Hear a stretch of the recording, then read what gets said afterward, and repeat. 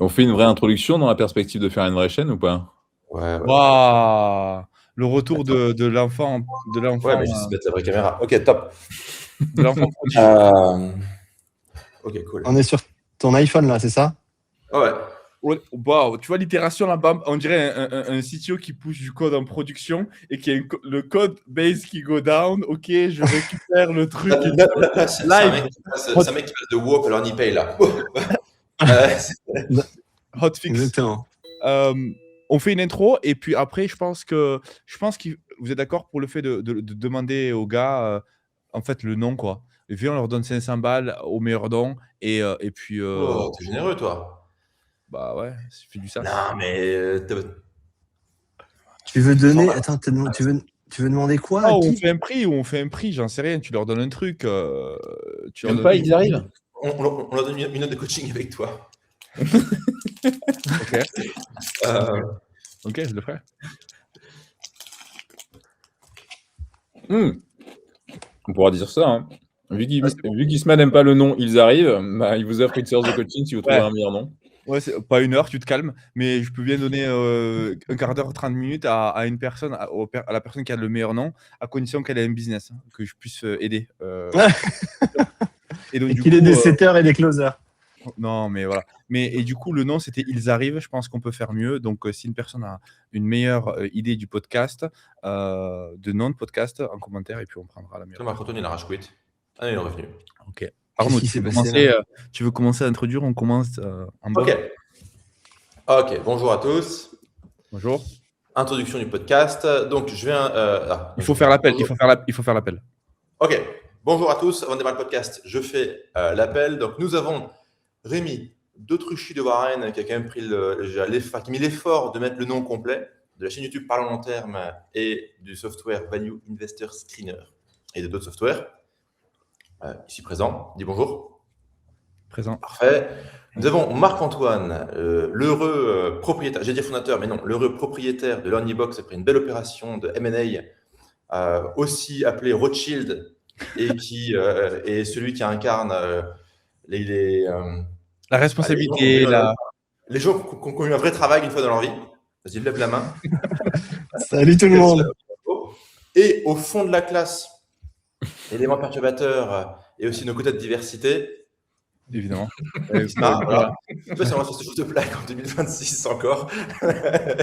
CEO de iClosed.io, la solution utilisée par tous les gens qui font vraiment du bif en étiquette.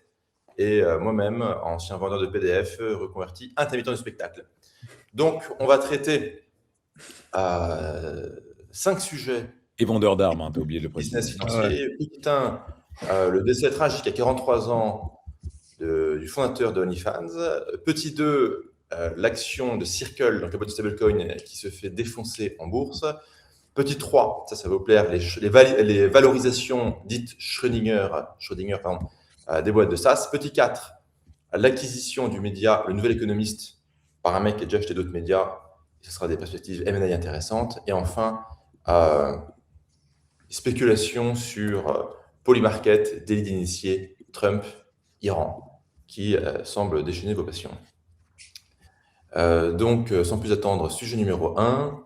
Je pense que je vais introduire chaque sujet, poser 3 data un peu économiques, et après, on peut démarrer. Good pour you?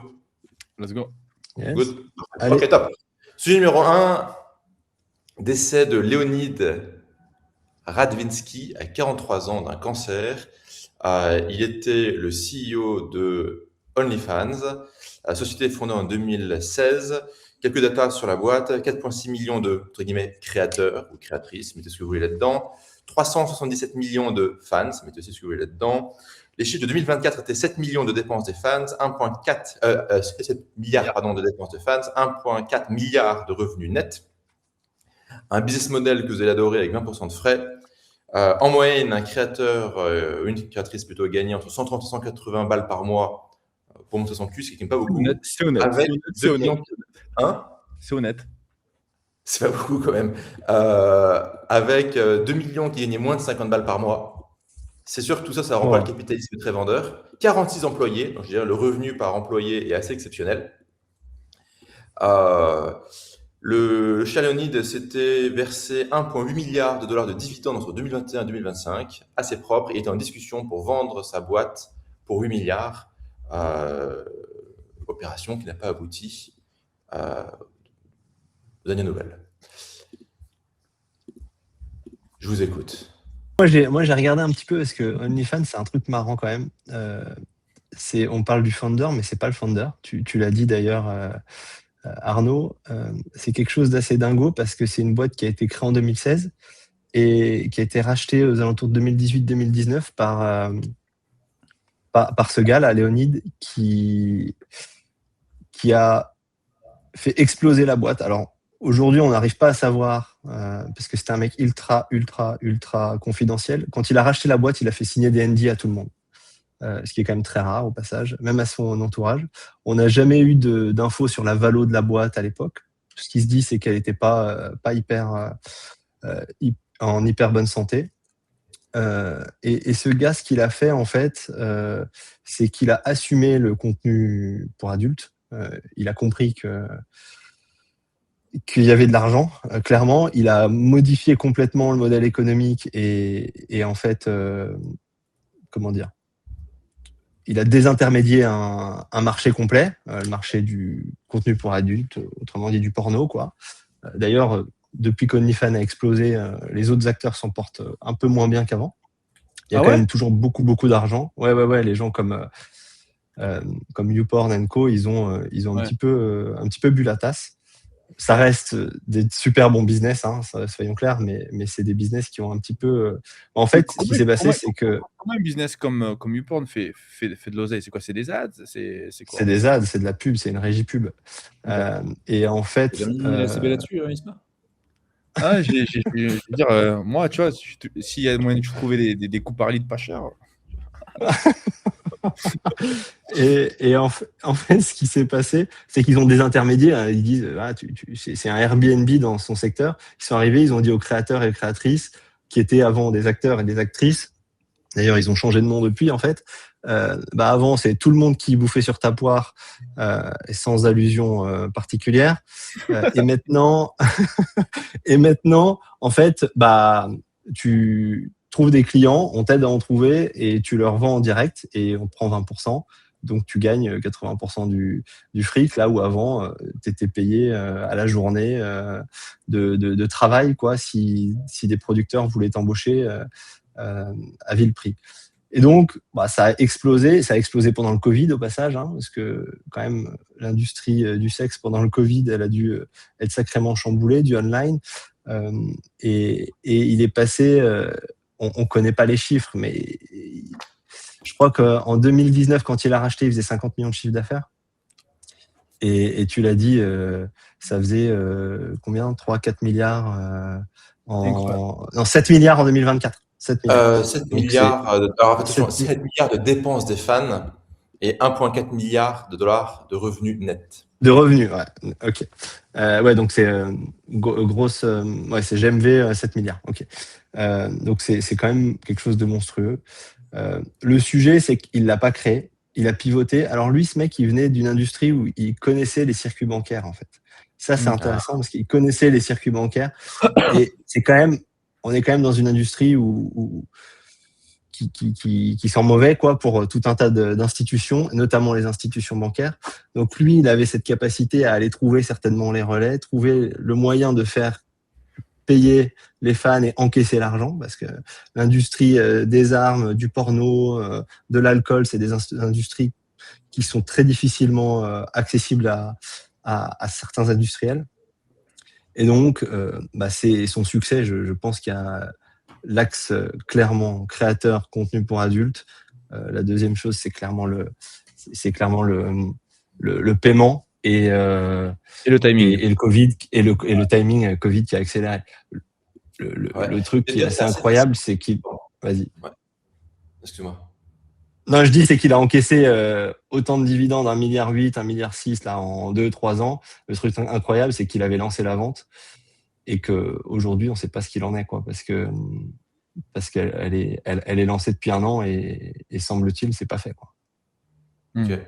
Je pense que Rémi, tu pourras nous parler justement dans un instant de la dimension patrimoniale et de toutes les structurations possibles qui s'offrent aux fondateurs.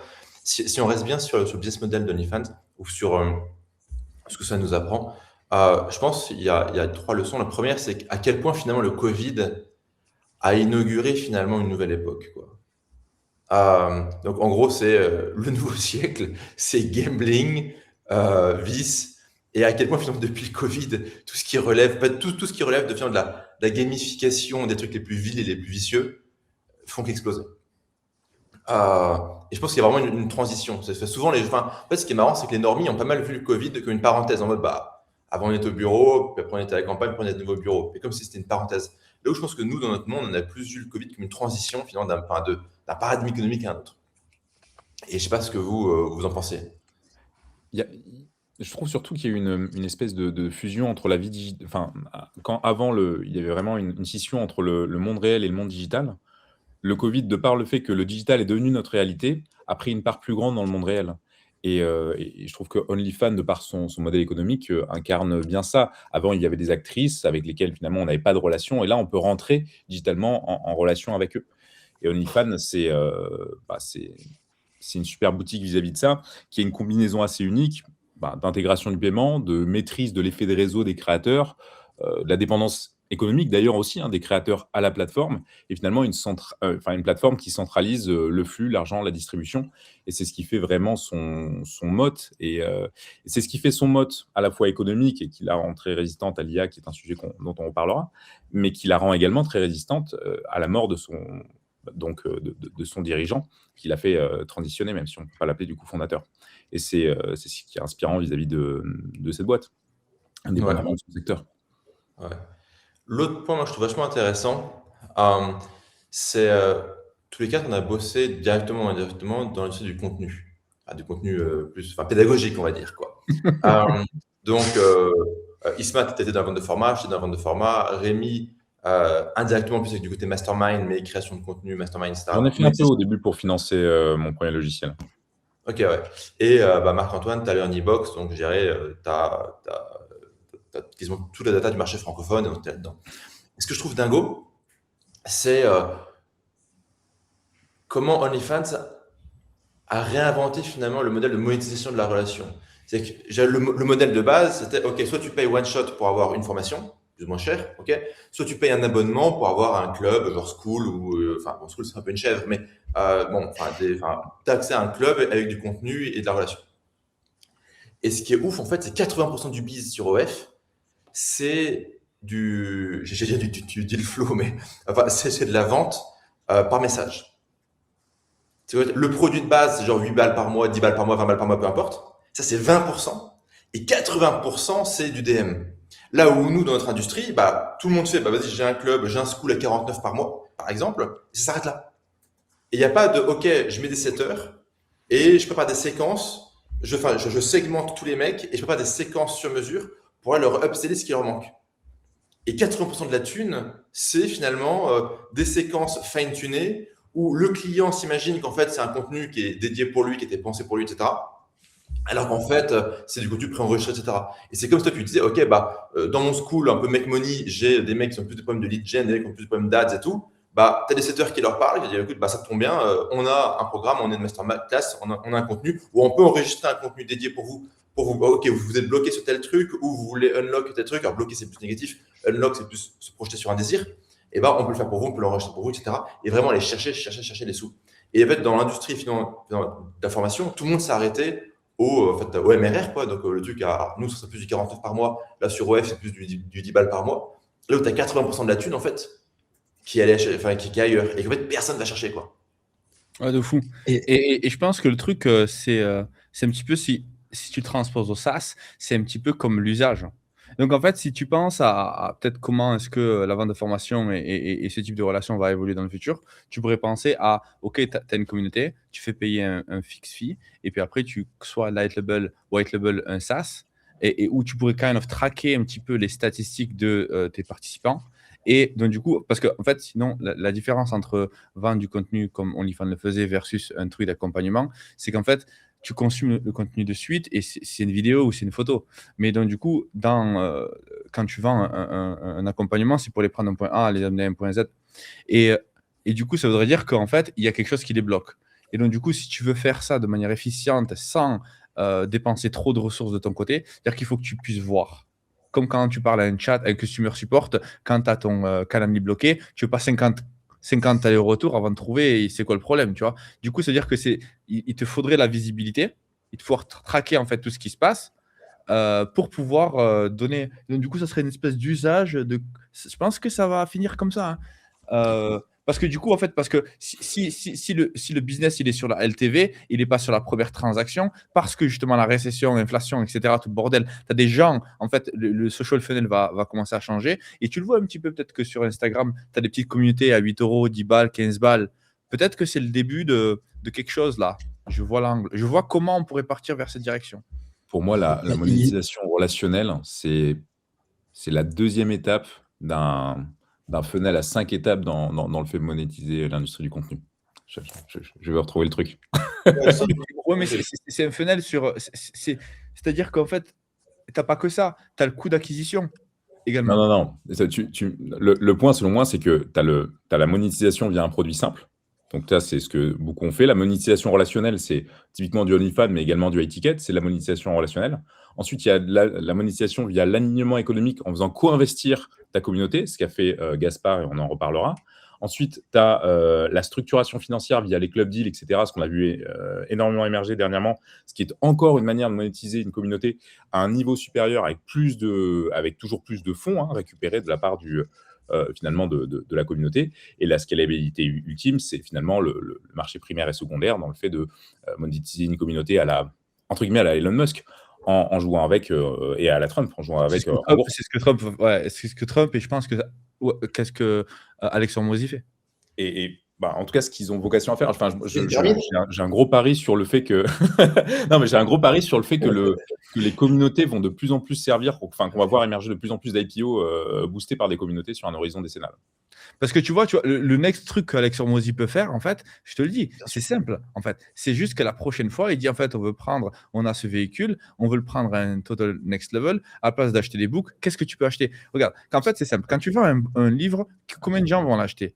Par contre, un produit financier, tout le monde peut l'acheter. C'est-à-dire que tu expandes ton TAM à 8 milliards de personnes. Et c'est juste qu'un livre, c'est tellement plus. C'est pas tout le monde qui va acheter un livre. Alors qu'un stock, c'est juste incroyable. Donc, du coup, en fait, oh là là, la dinguerie. Et là, du coup, tu passes de 100 millions à 1 milliard. Et les valos sont bien plus fucked up en bourse, bien qu'elles corrigent actuellement à raison. Il n'y a aucune raison de ne pas le faire. Ouais. Mais Ok. quand tu vois, je sais pas si tu as fini, non? France. Ouais, du coup, il y avait ce truc, et je regardais aussi de l'autre côté, tu as 10 à 14% des femmes de 18 à 24 ans aux États-Unis qui ont un compte OnlyFans. Attends, quel pourcentage? Tu as entre 10 et 14% de femmes entre 18 et 24 ans. Tu as plus de 10% de femmes entre 18 et 24 ans qui ont un compte OnlyFans aujourd'hui aux États-Unis. Ok, parfait. Donc, c'est une super transition vers un tweet, je pense, à moitié parodique de conclusion qu'on mettra à l'écran et que je vais, qui est en anglais, mais que je vais traduire un peu grossièrement. Donc, c'est de Wei Wu. Je sais pas si je peux partager mon écran d'ailleurs avec ce truc-là. Tu peux. Parfait. Donc, on va prendre Wei Wu. C'est parti pour Wei Wu. Donc, la plupart des gens, enfin, elle écrit avec un anglais un peu approximatif, mais on s'en fout. La plupart des gens sont contents que Léonide soit mort. Je pense ils pensent qu'il manquait d'honneur. Je ne suis pas d'accord. Pourquoi? OnlyFans, c'était l'expérience sociale numéro 1 dans le monde, donnée à des liberal white women at choice. Ça, je traduis pas. Léonide never forced anyone to be ho. Donc, il n'a jamais forcé personne à être. Voilà. But much women join in self picture of obesity fat for make money. Bon, ça, évidemment, c'est écrit n'importe comment. He proved conclusion, white liberal woman, just a bunch of. Évidemment, c'est un compte parodique. And white men, just bunch pervert. Bon, en gros, je pense que ce qu'elle dit de manière un peu baroque et évidemment parodique, c'est à la fin de la journée. Ah, vraiment? C'est une expérience sociale, at scale, sur 377 millions de spectateurs et on dit combien? 4 millions de créateurs. Et c'est vrai que moi, je trouve que sur Twitter, c'était la déferlante, en mode qu'il aille crever en enfer, le mec Satan, c'est un proxénète, c'est un trafiquant d'êtres humains, etc. Le type, sans vouloir défendre le capitalisme à tout prix, hein, mais le type n'a jamais forcé personne. Juste, nos sociétés ont choisi d'avoir des mœurs ouvertes, libérales, flexibles, et le mec crée une plateforme pour dire « What could possibly go wrong ?» Et donc, la conclusion, c'est juste une expérience sociale at scale sur des Occidentaux et voir ce que ça donne. Et d'ailleurs, c'est pas très bullish pour l'Occident. Alors, du coup, transition, puisque... transition, d'ailleurs, puisqu'on parle C'est un tant super topic pour le podcast, un premier topic. Mais attendez, le porno et la mort, c'est deux topics qui sont. Non, mais, on est dans les 2 minutes d'attention. Ça met le cadre. Ouais. Ça met le cadre. Isma. Non, en fait, je voyais un truc, mais je voyais le truc parce que je voulais parler de peptides, mais en fait, j'ai vu une autre transition avec ce que Marc-Antoine disait. C'est-à-dire qu'en fait, tu vois, avec ce truc d'OnlyFans, c'est très bien, ok, tu l'as, et c'est exactement le sujet que tu as évoqué. C'est en fait à quel moment tes valeurs, en fait, ça veut dire quoi en fait pour 100K, tu trahis un pote ou pas? Enfin, tu peux rentrer dans différentes segmentations là et tu peux dire en fait, ouais, mais c'est juste le game. Bon, si tu veux faire, et j'avais pas en fait j'avais pas en tête le mode que le gars de chez OnlyFans a fait, c'était vraiment sur le payment processor. Et en fait, tu vois que l'accès à récupérer l'argent, c'est ultra important. Et c'est la même chose que tu vois aujourd'hui avec, comment il s'appelle, avec WAP, sur en fait, en fait, c'est juste on est dans un truc d'aller extraire de la liquidité à n'importe quel marché. Donc en fait, si tu facilites l'extraction de liquidité, après, le front-end, peu importe. Tu peux trouver des milliers de différents types de business que leur seul problème, c'est de pouvoir processer un putain de paiement. S'ils peuvent processer un paiement sans se faire bannir, et tu peux donner des pourcentages de commission à d'autres personnes, tu vas avoir des gars comme nous, des marketeurs, qui vont se plugger dessus, ils vont disséquer le marché, ils vont mass extract. Et de la même manière, tu as ce côté avec les peptides qui en ce moment qui est en train de scaler. Et le seul problème qu'il y a sur les peptides, c'est que tu peux te retrouver, quand tu t'en es, bonjour, surtout, logo du FBI, merci, au revoir. Et du coup, quand tu rentres dans ça, c'est OK, est-ce que je peux shipper mon produit? Est-ce que c'est mon paiement? Comment est-ce que je fais pour du recurring? C'est du MRR. Et en fait, si tu as une plateforme aujourd'hui qui fait la même chose, donc là, je ne propose à personne de faire ce truc, ce business. Mais si j'avais rien à perdre, il y a un angle là. Parce que, et le truc, c'est que pourquoi est-ce que most businesses go down quand tu fais du peptide? C'est parce que tu vends à du B2C, alors que c'est censé être research purpose. Donc, du coup, tu peux très bien vendre à du B2B et ça ne se fera pas clamser. Si les personnes peuvent rentrer à la place d'acheter sur un site internet, il faut créer un membership. Tu te fais accompagner d'un lawyer. Mais si tu crées une espèce de printful, qui se rappelle de printful pour faire du print on demand? En fait, tu prends un t-shirt, tu mets un logo dessus. C'est une licorne lettonne. Hein. Tu envoies du Google Ads à mort, c'est parfait. Et donc, du coup, tu t'occupes pas du payment processing, tu t'occupes pas du shipping, tu t'occupes pas de rien. Et si moi, je parlais de ça à un pote, c'est que si tu crées la même chose pour du peptide et tu laisses les gens, les fournisseurs acheter, shipper et processer le paiement, c'est, je sais pas si c'est 1 milliard, mais c'est plusieurs 9 figures, tu vois, par an de processer. Mais après, voilà, ça dépend de tes valeurs, de ce que tu es confortable à faire, du risque. Mais dans tous les cas, tu trouveras toujours de quoi faire. Et le payment processing, pour moi, je pense que c'est un énorme mode. Effectivement. Amen to that. Parfait. Sujet numéro 2. L'action de Circle. Donc Circle, c'est une boîte de stablecoin qui émet le stablecoin USDC. S'est fait déboîter de 20% en bourse cette semaine, donc le 24 mars 2026. Société fondée en 2013. En 2025, le CA total était de 2,75 milliards de dollars, plus 65% par rapport à l'année précédente. Ils sont introduits en bourse en juin 2025. Ils sont en duopole avec Tether qui a le stablecoin USDT, c'est USDC.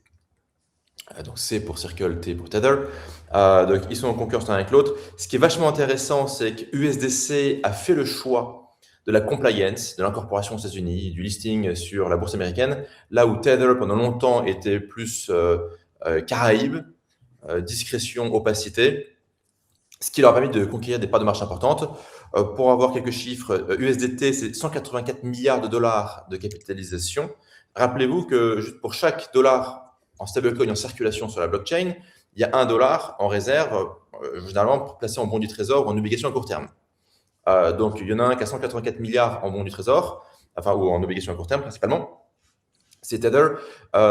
USDC à 78 milliards, donc il est 2 fois plus petit. Les deux ensemble ont 500 millions d'utilisateurs dans le monde. Et on va probablement tendre dans les 2, 3, 4 années à venir à 1 milliard d'utilisateurs dans le monde. Donc, on est quand même sur un product market fit phénoménal. C'est compliqué à mesurer parce qu'en fait, ce sont des wallets et pas des humains. Parce qu'en fait, ce sont des wallets qui envoient des stablecoins à des wallets. Donc, un humain peut avoir plein de wallets, mais on estime qu'il y a 500 millions d'humains. USDC donc se fait défoncer. 2 raisons sont avancées. La première, c'est qu'il y a la loi qui s'appelle le Digital Asset Market Clarity Act, ou juste Clarity Act. C'est une loi bipartisane sur la régulation des cryptos qui a fuité, et il semblerait que cette loi interdise explicitement aux plateformes d'offrir un rendement, un yield, sur la détention du stablecoin. C'est que si ton stablecoin, si pour chaque stablecoin, il y a du dollar placé en bon du trésor, eh bien, on pouvait imaginer que toi, détenteur du stablecoin, tu récupères ce yield au lieu que ce soit la société, à savoir Circle ou Tether, qui récupère ce yield. Aujourd'hui, c'est la société qui récupère le yield. Et a priori, ça, c'est pas passé. On soupçonne un lobbying bancaire vigoureux derrière ce refus. Deuxième piste, Tether a enfin, le même jour, annoncé qu'ils allaient passer un audit complet par un cabinet du Big Four, renforçant sa crédibilité et accentuant la pression sur Circle. Parce que finalement, l'objection qu'on a toujours fait à Tether, c'est opaque. Est-ce que les réserves existent vraiment? Qu'en est-il, etc., de leurs finances? Et donc, ce sont les 2 news qui ont entraîné cette correction brutale. Rémi, une action... Il semblait que Tether avait été audité par BDO, mais bon, peut-être pas. Tether? Ouais. Par qui? Par BDO. C'est qui BDO? BDO, c'est un des gros acteurs quand même de l'audit aussi. Mais bref. Ok. Bon, enfin, c'est pas un BCG McKinsey. Ceci étant, si le sujet c'est de commenter une variation de 20% en bourse d'une boîte qui cote à 120 fois ses bénéfices, je sais pas. Sur les 3 dernières années, il me semble que c'est une croissance moyenne de 52% par an. Donc, forcément, avec une telle croissance, bon, tu as toujours des survalorisations qui en découlent. Mais même dans l'hypothèse où ce taux de croissance est maintenu, ce qui est quand même assez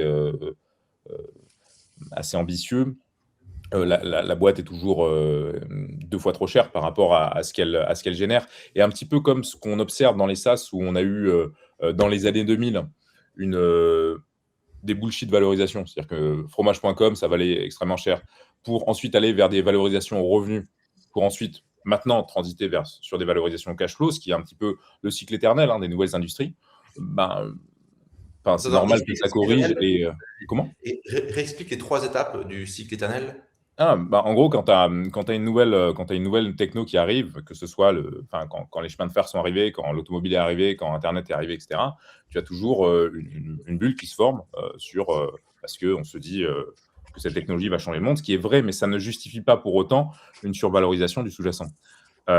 Ensuite, il y a un gros tri qui se fait et des acteurs se confirment, et à ce moment-là, on va en règle générale les valoriser par rapport à leurs revenus, et ils vont être dans des dynamiques de croissance à tout prix. On se fout d'être profitable, on cherche à maximiser la croissance. Je parle, Marc-Antoine, sous ton contrôle, tu es le seul d'entre nous à avoir été banquier chez Rothschild. Et une fois que globalement la perspective de croissance non pas s'arrête, mais devient est potentiellement remise en cause. C'est-à-dire, est-ce que finalement cette notion de revenu perpétuel avec une croissance qui ne fait que croître est maintenable? À ce moment-là, on passe sur une dynamique, faut quand même faire du blé dans l'histoire, qui est rentable. Et d'ailleurs, c'est la première année où en moyenne, l'indice des SaaS est rentable, passe dans le positif. Donc finalement, c'est juste une transition qui est assez normale. Et le fait qu'une boîte comme ça, qui est quand même intrinsèquement corrélée au secteur technologique, connaisse ce genre de variation avec un petit événement de marché qui lui est propre, je trouve ça juste normal. Rien d'inquiétant. Une journée normale en bourse. Ça fait combien de milliards perdus dans une journée normale, Rémi, c'est ça? Je sais pas, mais je sais pas combien ça fait. Mais c'est la moyenne des SaaS, si vous regardez un petit peu si vous regardez, d'ailleurs, c'est assez intéressant, mais Adobe, même Salesforce, etc., toutes ces boîtes ont dévissé de 40% sur les 6 derniers mois. C'est pas sur un jour, mais il y a eu des moments de marché où il y a eu des grosses décotes. Et en moyenne, le marché des SaaS a perdu des Crayon. centaines et des centaines de milliards sur les derniers mois. Mais tu Ce vois, qui est pour amusant, pardon. pour un truc comme Salesforce, c'est juste make sense, tu vois. Et la théorie, enfin, d'un point de vue investisseur, c'est juste, bon, ben, tu as des gars Salesforce qui ont l'habitude de vendre des licences à 5 ans. En fait, c'est même pas survalorisé. C'est juste, OK, on regarde le cash flow de Salesforce, on voit qu'en fait, ils ont de la trésorerie, ils ont l'habitude de closer à 5 ans yearly. Avec les SaaS qui arrivent et qui émergent, on n'est pas sûr que ces personnes vont pouvoir renew ou vont pouvoir s'engager sur 5 ans. Du coup, il y a un risque sur le potentiel cash flow, futur cash flow de cette boîte-là, on réallocate. Et donc, je pense que ça, c'est un peu plus différent que ce que Taylor que ce que Circle a reçu. Et par contre, si tu veux partir sur une autre verticale, mais ça, c'est toujours Figma qui a pris cher hier ou avant-hier. Et en fait, tu sais quoi? Le tool, c'est de la merde. Et c'est what the fuck. Figma s'est fait piétiner pour rien, le pauvre. En fait, c'est nowhere close to this. Mais en fait, c'est juste que c'est juste fou quand même. Quand tu vois que ces plateformes Meta et Google arrivent à promouvoir, pousser upfront des Mongols qui poussent des features et des SaaS, des vibe coding SaaS à la con, ben, ça a un impact en fait sur le marché parce qu'aujourd'hui, 92 ou 96% des business, ils n'arrivent toujours pas à implémenter successfully de l'IA. Donc en fait, c'est vraiment sur le futur. Donc je ne sais pas ce qui se passe en fait, vraiment. C'est juste une perte de confiance sur le flux de Ouais. trésorerie futur. Et quand on parle de Salesforce, ils sont toujours valorisés 20 fois leurs bénéfices. Donc, on est juste redescendu quand avant, il l'était 80 fois. On redescend juste sur des seuils de valorisation normales, quoi. Et il n'y a pas de. Enfin, je trouve pas ça inquiétant. Enfin, c'est juste la fête est finie. On retourne c'est un secteur comme un autre qui est plutôt sticky et qui est plutôt bien valorisé. Et voilà. Après, pour ce qui est de Circle et de son potentiel et du potentiel des stablecoins, c'est vrai qu'en plus de ça, en plus d'être un secteur technologique qui est aujourd'hui et d'être une boîte technologique qui est aujourd'hui complètement survalorisée, il reste une grosse incertitude juridique sur la boîte. Maintenant, c'est pas pour autant qu'elle fera pas de blé. Donc voilà. Ce qui est amusant, c'était que pendant que les SaaS se faisaient décimer, Circle prenait plus 100% en bourse, ou peut-être même plus que 100%, sur la narrative des paiements inter-agents en stablecoin. Parce que je dirais, un agent IA va pas s'amuser à ouvrir une LLC au Delaware et un compte chez Mercury. Et donc, en fait, il y avait toute cette narrative d'un monde futur où les agents iraient faire des micro-transactions, des millions ou des milliards de micro-transactions quotidiennes entre eux, le tout en stablecoin, parce que ça permet d'avoir un settlement beaucoup plus rapide, beaucoup plus efficace, beaucoup plus fiable que envoyer un virement qui met 48 heures à arriver après 50 demandes de PDF de compliance, quoi. Warren Buffett a une phrase à ce sujet. C'est au sujet de l'exploration spatiale, j'applaudis les essais, mais je ne monte pas dans la fusée. Voilà. D'ailleurs aussi, pour l'anecdote en termes de valorisation, Tether avait failli lever à 500 milliards de valo il y a un mois et demi, ce qui aurait amené la net worth du fondateur à 140 milliards de dollars, soit devant Warren Buffett. Cette levée de fonds n'a pas eu lieu parce qu'il y a justement des interrogations sur dans quelle mesure. En fait, les interrogations sur la stablecoin, c'est dans quelle mesure ils peuvent. En fait, si les taux d'intérêt baissent, leur business model se casse la gueule. Et si après, le yield peut être redistribué aux users, les users exigeront. En fait, les users iront tout de suite, holder un stablecoin qui verse du yield versus un stablecoin qui verse pas de yield. Donc, toutes les boîtes de stablecoin iront reverser le yield et donc leur profit s'évaporera. Tether, c'était. Est-ce qu'il ferait pas un affiliate à la WOP et imagine, il paye des gens, il paye des affiliés. Alors, si tu veux, en fait, l'affiliation plus le yield, en général, ça finit assez mal. Enfin, tu vois, ça. Bon.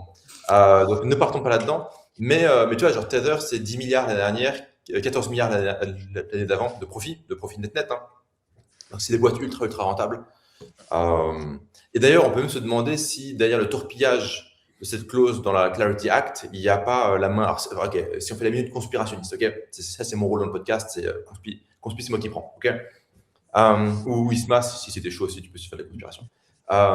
Mais en gros, on peut se demander s'il n'y a pas la mainmise de Tether qui est ultra proche. Il s'appelle Howard Lutnick, le mec au commerce, donc un des personnages clés de l'administration Trump. En fait, Howard Lutnick, sa banque est la banque qui hold les bonds de Tether. D'accord. Et donc, on peut se demander Oh, c'est s'il y bizarre. a 3 bandes pour torpiller le truc. Et en fait, le Clarity Act, si USDC... En fait, il n'y avait que USDC qui pouvait avoir le yield, parce qu'en fait, Tether ayant trop joué la carte un peu sauvage, pirate, Caraïbes, enfin pire des Caraïbes, quoi, en fait, Tether est un peu bloqué aux États-Unis, ils ont trop joué la carte pirate, là où USDC a vraiment joué la carte compliance, etc. Donc d'ailleurs, même Shopify, il bosse avec USDC, Stripe, il bosse avec USDC. Il n'y a que WOP finalement qui bosse avec USDT. Enfin, bon, voilà, je pense que les mecs se retrouvent, se rassemblent culturellement.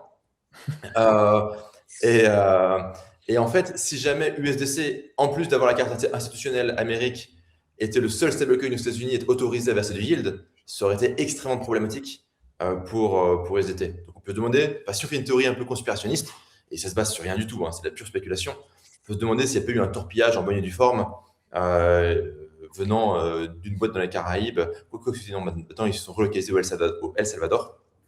Mais c'est Voilà. même Donc pas- ça, c'était pour la petite théorie, c'est la même minute pas- conspirationniste.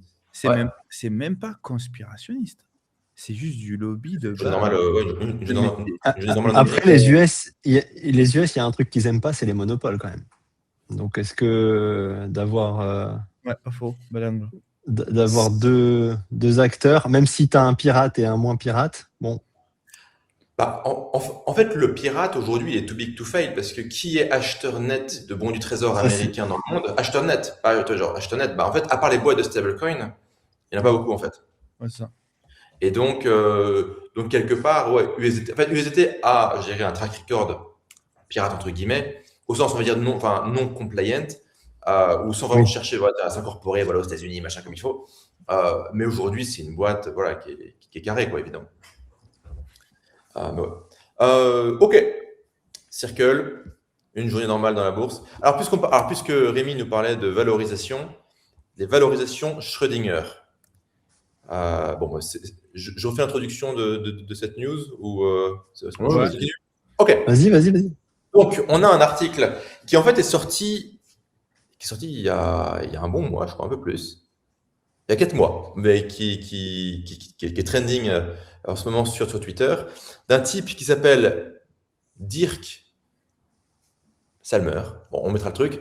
L'idée est la suivante. Il utilise les métaphores du chat de Schrödinger sur les valorisations des startups. Et donc, il parle de valorisation Schrödinger. L'idée, c'est, tant que personne n'essaie de vendre une boîte, les fondateurs, les VC peuvent continuer à faire croire que la boîte vaut 40, 50 millions, 100 millions en plus.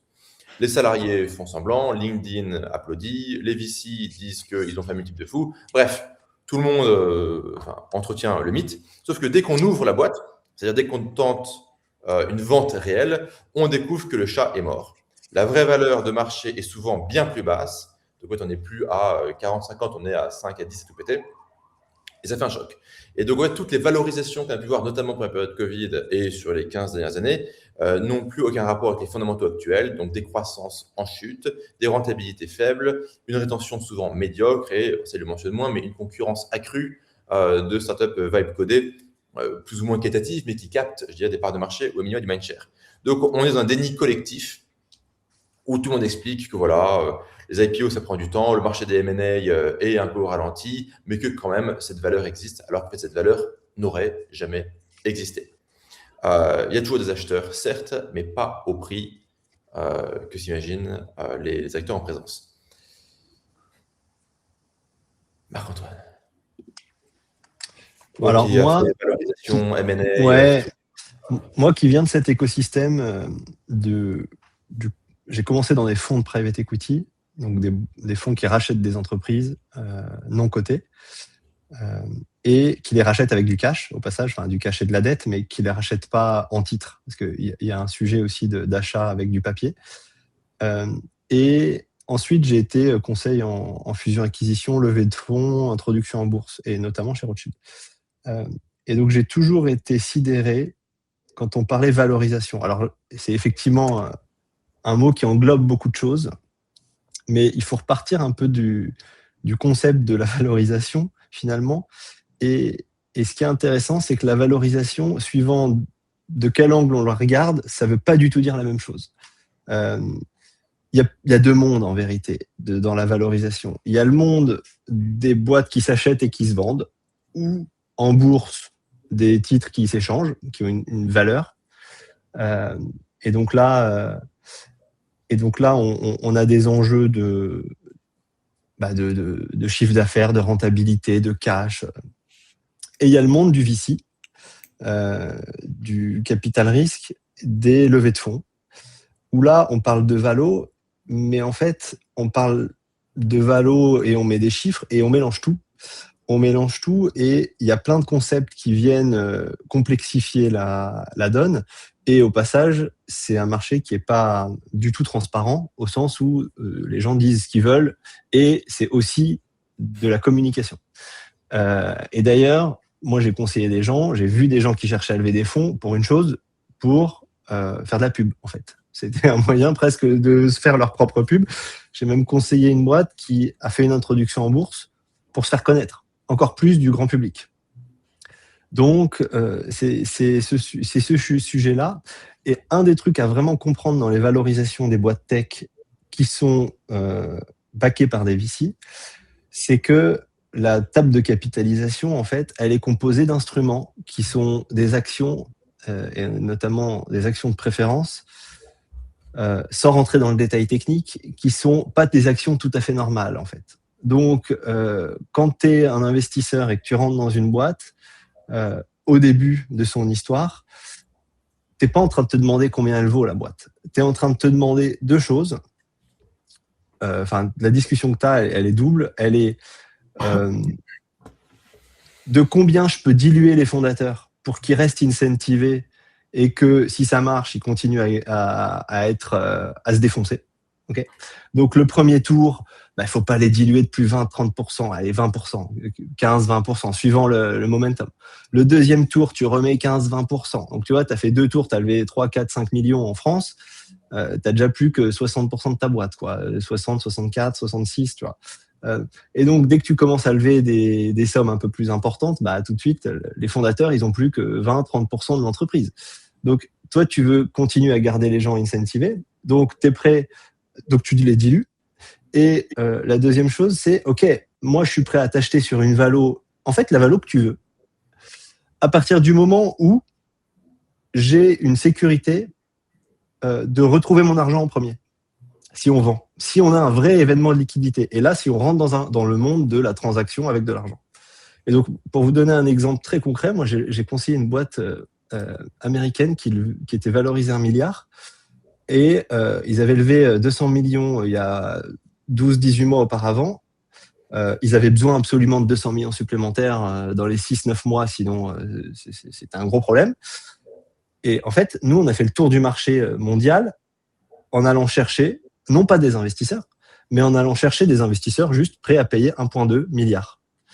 Et on a eu des tonnes et des tonnes d'investisseurs qui étaient hyper intéressés par la boîte, qui vraiment, elle avait un truc top.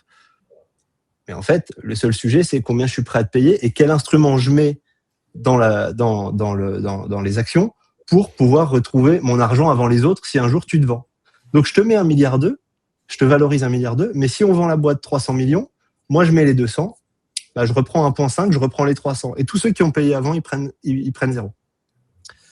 Donc, il y a cette logique-là qui est quand même à comprendre du fait que la valo des boîtes qui lèvent des fonds, c'est de la valo papier pour moi. Ça ne veut pas dire grand-chose. Il faut comprendre ce qu'il y a derrière dans les instruments, les actions de préférence.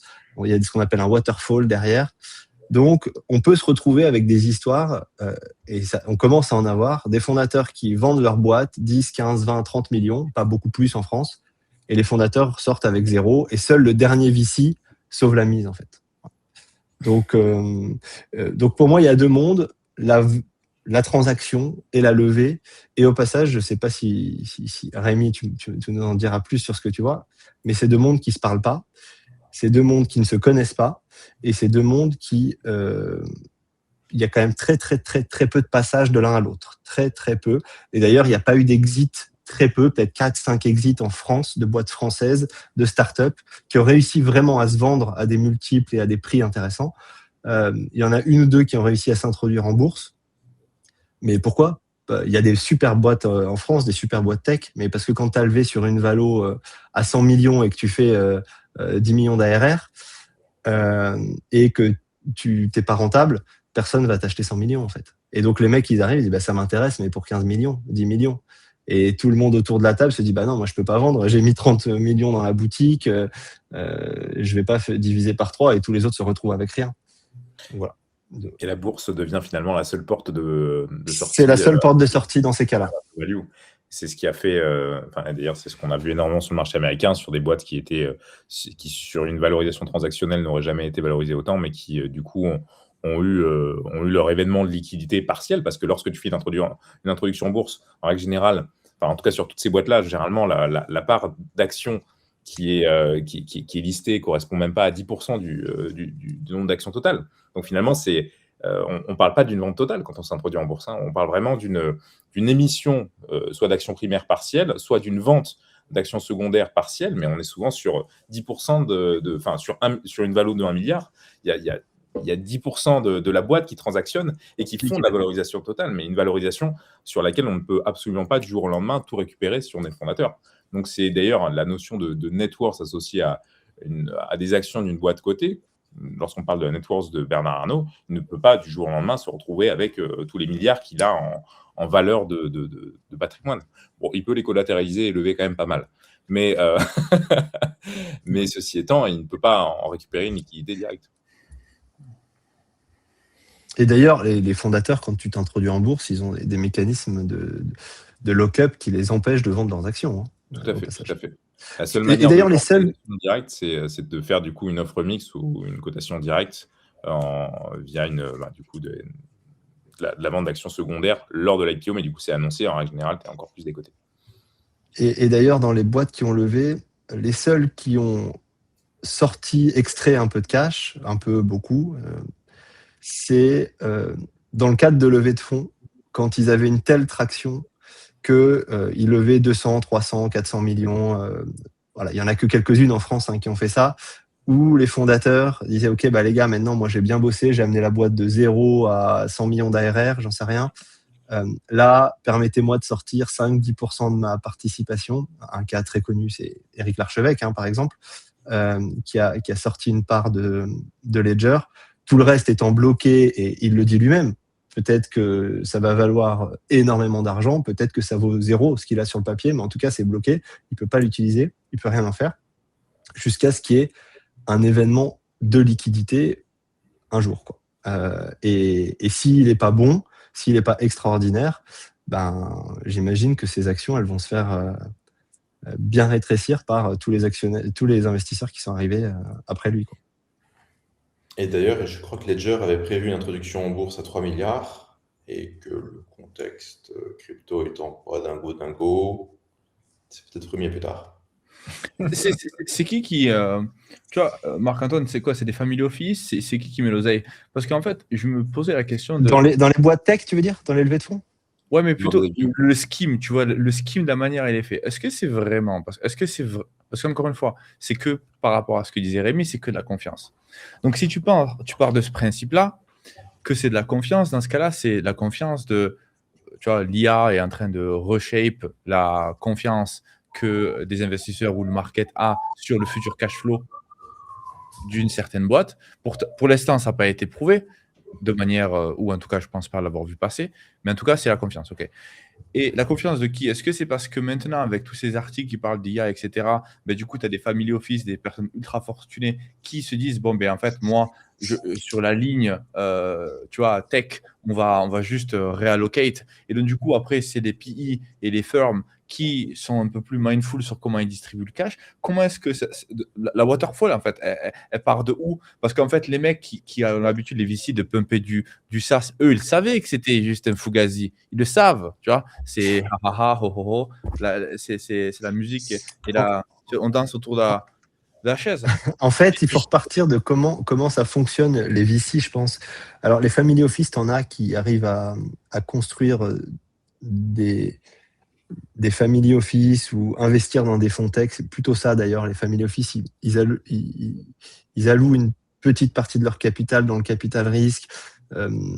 J'avais travaillé avec la famille Pinault, il y a une petite partie sur du risque. Mais ces gens-là, une fois que tu as fait ta fortune dans des économies traditionnelles, tu ne veux pas aller jouer au casino tes milliards, si tu veux. Donc, je dis pas que ça revient à jouer au casino, mais tu en mets une petite partie. Ils préfèrent aller mettre sur des business traditionnels, faire du gros LBO ou avoir un yield restreint, mais qui détruit pas, détériore pas ce qui a été créé par la famille, quoi. Et donc, en fait, le VC, c'est quoi? C'est des institutionnels, c'est des banques, c'est des assurances qui allouent une partie de leur poche d'investissement dans de l'investissement innovant. Okay, et ça vient bien entendu principalement des US. Les fonds de pension aux US investissent massivement là-dedans. Et le game du VC, c'est quoi? Comme tu dis, tout le monde sait que ça sent mauvais, l'IA, machin. C'est quoi? C'est qu'en fait, le principe du fonds d'investissement VC, c'est je crée un véhicule, j'investis dans 15 à 30 sociétés. Okay, et je sais que dans ces sociétés, il y en a une qui va être un home run, on appelle ça, c'est-à-dire une qui va rembourser le fonds, voire tellement faire de plus-value que ça va rembourser, ça va payer tout le monde. Il y en a 2, 3 qui vont faire un super profit, 4, 5 fois la mise, 6 fois la mise, 7 fois la mise, j'en sais rien. Et toutes les autres qui vont soit récupérer un peu, quelques pourcents ou une fois la mise, mais bon, quand tu dois faire x2 auprès de tes investisseurs, une fois la mise, tu as perdu de l'argent, ou qui vont disparaître. Donc c'est ça le jeu, et c'est ça que les Américains savent très bien faire. Les Européens, il y a beaucoup moins de capitaux, donc c'est plus compliqué. Et comme il n'y a pas d'énormes exits, c'est compliqué d'aller chercher des performances. Et il se trouve qu'effectivement, aux US, comme il y a eu des histoires assez extraordinaires ces 5, 10, 15, 20 dernières années en tech, que ce soit des IPO ou des acquisitions des milliards, des dizaines de milliards, en fait, ces mecs-là arrivent avec un modèle économique risqué, mais ils ont toujours soutenu ce risque par de la performance parce que, en fait, on parlait tout à l'heure de OnlyFans et il y a quelques créatrices qui gagnent énormément d'argent quand la très grande majorité gagne quelques dizaines d'euros par mois. En fait, dans ce game startup, c'est un peu le principe aussi, c'est-à-dire que tu as le mec qui va payer le fonds, qui va rembourser le fonds parce que tu as investi dans la unicorn, la décacorn, je ne sais quoi, et qui a une vraie exit, qui à un moment donné a une IPO qui permet de rembourser tout le monde, et du coup le jeu peut continuer. Et c'est pas bien ou mal au passage. C'est-à-dire que tu vois, quand tu vois sur le marché français, européen versus le marché US, il y a beaucoup moins de liquidités. Il y a beaucoup de capital disponible. En fait, il n'y a pas trop d'arbitrage d'un point de vue de ressources parce que les salaires, ok, donc on n'est pas sur du 400 balles de développeur, tu vois, en France, avec les charges, etc. Comparé tu vois, les charges, un bon développeur à 4, 5 000, 6 000 euros à Paris, avec les charges, ça te coûte 12 000 euros, tu vois, 15 000 euros peut-être même. Avec le bureau, etc. Versus aux États-Unis, tu peux trouver un développeur pour 10K. Et donc, du coup, en fait, il n'y a pas trop de marge, en fait, pour le marché européen, pour pouvoir... Donc, tu as le manque de liquidité, les coûts qui sont les mêmes. Tu n'as pas le même marché final. Tu n'as pas le même marché aux US, le marché... Et en plus de ça, c'est juste... Là, je parlais juste des taxes, en fait, que tu as sur le marché européen. Et en plus de ça, après, t'as même pas, le marché n'a pas suffisamment d'argent. En fait, c'est almost impossible d'avoir une start-up économie en Europe avec le setup actuel. Je suis pas d'accord. Quand tu regardes, c'est juste en France, c'est plus de 400 milliards qu'il y a dans les assurances vie des Français. Il y a beaucoup de cash en France, et j'ai les quelques fonds donc VC, seed, pré-seed français, je connais leurs fondateurs, et quand tu vois même des mecs comme Anthony Bourbon, les sommes qu'il a réussi à lever pour aller embrasser une stratégie PE, même si il en connaît peut-être pas les sous-jacents, sont importants. Et la vraie problématique, et ce pourquoi d'ailleurs pas mal d'acteurs, même français, se tournent vers le Y Combinator, se tournent vers les US, c'est parce qu'en France, surtout, tu manques de deal flow. C'est-à-dire que la problématique, elle est plutôt sur l'écosystème français en termes de production de start-up, en termes de production d'innovation, et parce que, et là je te rejoins, parce que taxes, parce que régulation, parce que c'est ultra chiant, parce qu'on n'a pas la culture du risque. Mais en termes de fonds, on a plutôt des fonds, et les premiers à en profiter, ce sont nos États via toutes leurs assurances, enfin via tous leurs obligations pourries, qui mettent dans à peu près tous les produits défiscalisés qu'ils proposent à leurs citoyens, quoi. Ouais, alors moi, j'ai une autre vision. Est-ce que tu vois la France, les startups, en fait, le marché intérieur n'est pas comparable avec le marché intérieur américain, indien, chinois, ces gros marchés-là. Donc, aujourd'hui, quand tu veux scaler à plusieurs milliards, à un moment, il faut quand même faire du fric, être rentable à moyen long terme. Et pour faire beaucoup d'argent, il faut être sur plusieurs marchés. Donc, la plupart des startups européennes, qu'est-ce qu'elles font?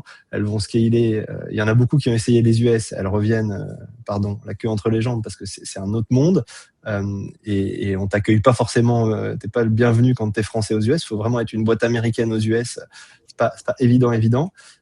Par contre, quand tu dis je vais aller en Allemagne, en Espagne, en Italie, au UK, c'est les principaux pays. Toutes les boîtes que j'ai vues, à chaque fois, c'est nous, on veut scaler à l'international. Le premier truc, c'est on commence par l'Espagne, l'Italie, Germanie, quoi. Parce que c'est quand même des gros marchés. Mais sauf que, en fait, tu recrées, tu repars de zéro. Aux US, tu as un marché intérieur qui est juste 20 fois plus gros, qui est uniforme, les mêmes réglementations. Donc, quand tu vends dans l'État de New York, c'est la même chose que de vendre en Californie.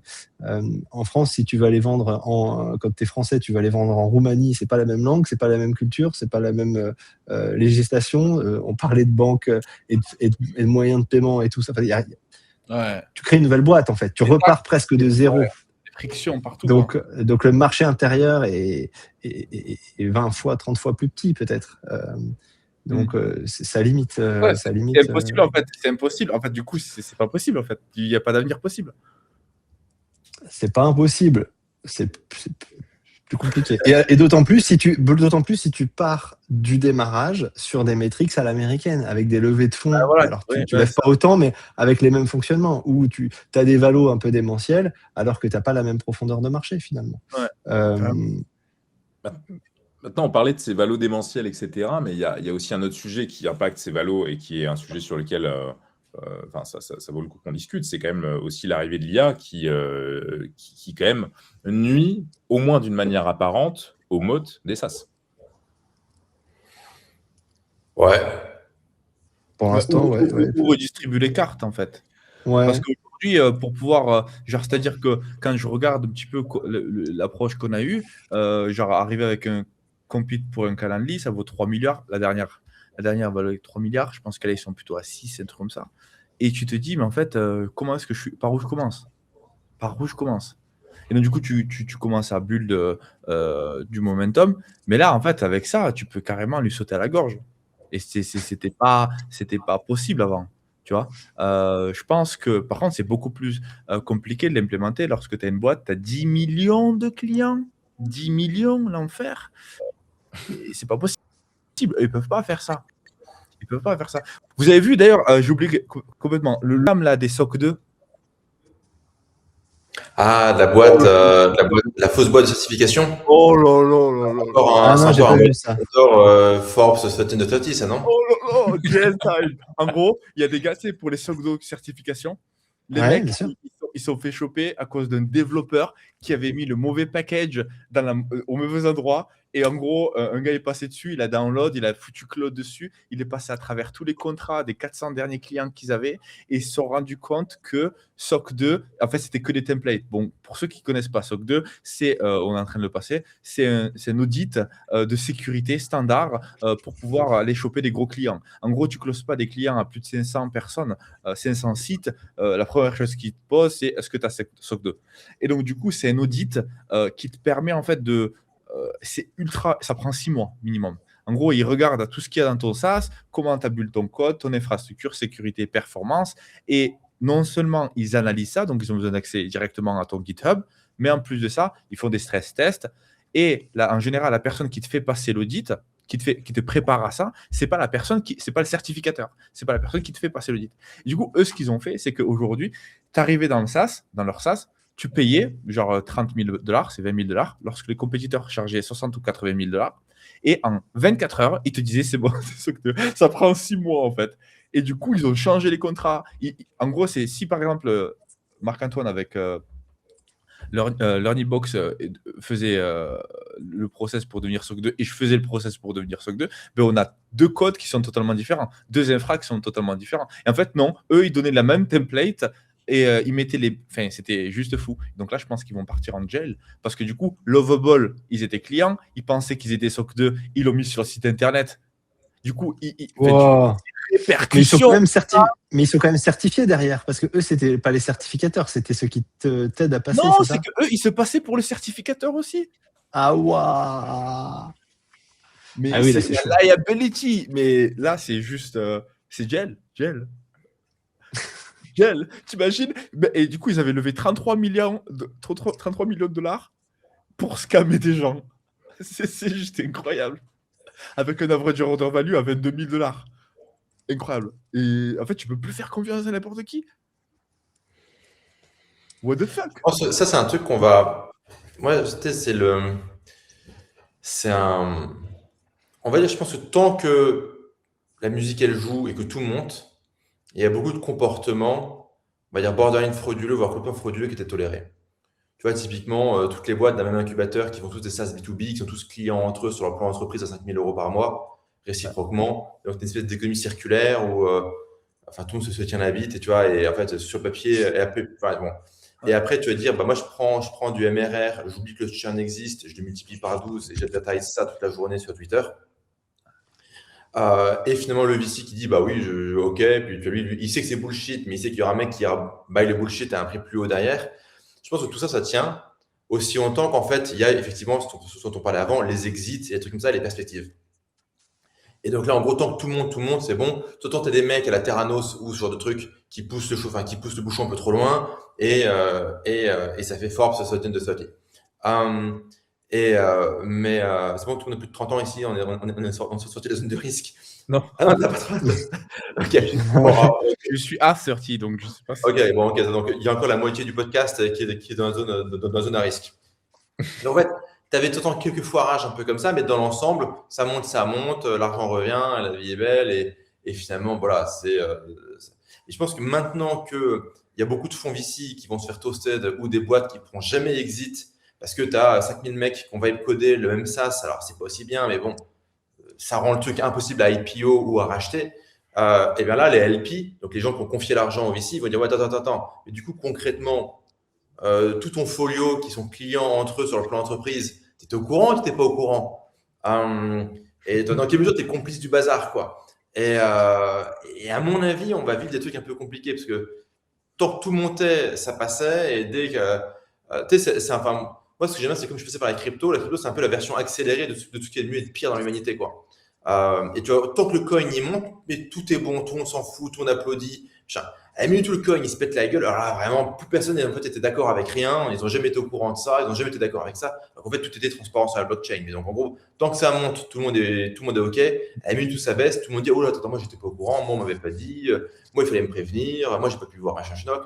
Et donc comme la crypto, tu fais des cycles en fait, parce qu'il aurait pris 50, te prend 2 semaines, tu vis ça en accéléré, quoi. Et donc en gros là, tant que ça monte, c'est bon. À la minute où ça monte pas, tout le monde dit oula, attends, moi j'ai jamais acquiescé, jamais consenti, jamais dit oui, j'étais pas au courant, je ne pouvais pas être au courant, et je veux un coupable, et je veux qu'on rende mon argent, etc. Mais tu vois, Sam Altman, tu vois, quand tu regardes l'histoire de Sam Altman, le mec, il a bamboozle, c'est les gars qui ont racheté sa boîte. Ils ont racheté la boîte pour je sais pas combien de millions, ils se sont rendus compte qu'il n'y avait pas d'user. C'était le premier, c'était le Google Maps, c'était quoi déjà le bordel là qu'il avait fait là? Il avait fait une app là en 2000 quelque chose. Il disait qu'il y avait des millions d'utilisateurs. Ils ont racheté. Le truc. Il y avait 2000 utilisateurs au final. D'end. Alors du coup. J'ai pas suivi cette histoire. What the fuck? En parlant, je pense, faillite, de drama. Juste pour finir, c'est-à-dire qu'en fait, les mecs qui lui ont racheté la boîte, ils ont même pas vu, ils ont même pas processé un audit. Il n'y avait pas du due diligence en fait. Pour te dire, c'est-à-dire que pour acheter une boîte pour plusieurs dizaines ou je sais pas, peut-être centaines de millions d'euros, c'est-à-dire que dans le due diligence, il n'y en avait pas. Ils ne se sont pas rendus compte qu'il y avait pas d'utilisateurs. Ok, en parlant de drama, de faits, etc., le Nouvel Économiste, une boîte de médias, a été rachetée à la barre, donc en liquidation, je parle comme ça, au tribunal, par Gaspard de Monclin. Donc je pense qu'on va demander à Rémi d'Autruchy de Varenne, en tant que membre de l'amicale de l'ex-noblesse de France, de nous commenter ça. De Gaspard de Monclin, 34 ans, fondateur et dirigeant du groupe Overlord, société qu'il contrôle à 100% de sa famille, créée en 2022. Au tribunal de commerce de Paris, le tribunal de commerce de Paris a retenu son offre pour la reprise du média historique, le Nouvel Économiste, en mars 2026. La première acquisition qu'avait fait ce cher Gaspard, c'était la reprise du média Le Revenu en juillet 2025, toujours par le groupe Overlord, après un placement au redressement judiciaire en février 2025. Le CA du groupe est de 8 à 9 millions par an. Dans les conditions de rachat du revenu, c'était une offre à 250K euros, plus une injection prévue de 250K euros pour la transformation digitale, donc modernisation du site, développement des réseaux sociaux. D'ailleurs, le revenu sur Instagram et sur les réseaux sociaux performe vachement bien. Il y a une très, très bonne stratégie média digitale. Donc, la stratégie d'Overlord, c'est bâtir un groupe de médias économiques indépendants en reprenant des titres historiques en difficulté avec une forte orientation technologie et monétisation innovante. Et ils ambitionnent de concurrencer les Échos à travers, du coup, un portfolio de médias digitaux.